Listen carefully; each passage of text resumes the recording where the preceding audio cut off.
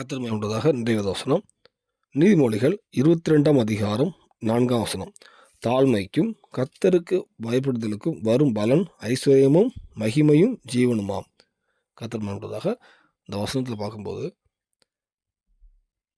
ஒரு தாழ்மை, கர்த்தருக்கு பயப்படுதல்.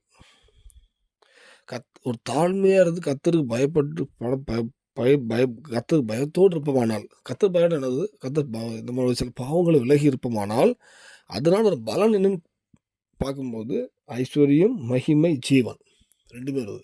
நான் வாழ்க்கையில் இதில் எதா இது 3மே இருக்குதுன்னா அது கர்த்தருக்கு நன்றி சொல்லுங்க. ஆனால் இதில் எதாவது குறைபாட்டு இருக்குமானால் ஐஸ்வர்யம், மகிமை, ஜீவன் இதில் ஏதாவது குறையாக இருக்குமானால் நம்ம வாழ்க்கையை நம்ம ஒரு விஷயம் நம்ம பார்த்து தாழ்மை இருக்குதா நம்மள்கிட்ட, கர்த்தருக்கு பயப்படுது பயம் இருக்குதா, அதை ஒரு விஷயம் சரி பண்ணுவோம்.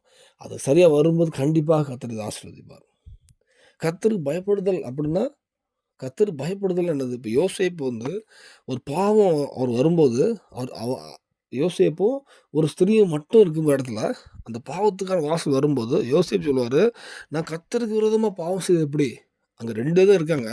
ஆனால் யோசேப்போட அறிக்கை அங்கே 3வது ஒருத்தர் என்னை பார்த்துட்டு இருக்காரு, கர்த்தர் அவர் இதை பார்த்துட்டு இருக்காரு, அவருக்கு விரோதமாக பாவம் செய்து எப்படி அப்படின்னு சொல்லுவார். இதுதான் கர்த்தருக்கு பயப்படுகிற பயம்.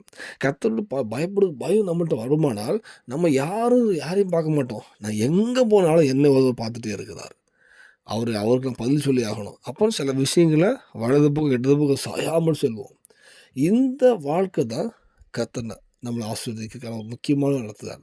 தாழ்மை, ஒரு தாழ்மையான ஒரு எண்ணம், ஆவிக்குரிய தாழ்மை, உலகிய தாழ்மை, கர்த்தருக்கு பயப்படுதல். அப்படி இருக்குமா? இதில் ஏதாவது குறை இருக்குமானால சரி செய்யுங்க. கண்டிப்பாக உங்கள் வாழ்க்கையில் நீ எந்த ஒரு குறைப்பட்ட வியாதியாக இருக்கலாம், பொருளாக ஏதாவது ஒரு குறையில் இருப்பீங்கனாலும் கண்டிப்பாக ஐஸ்வர்யம், மகிமை, ஜீவன் இந்த பூமியில் ஒரு சாட்சியில் வாழ்க்கை தருவார். இந்த வேதம் சத்தியம்.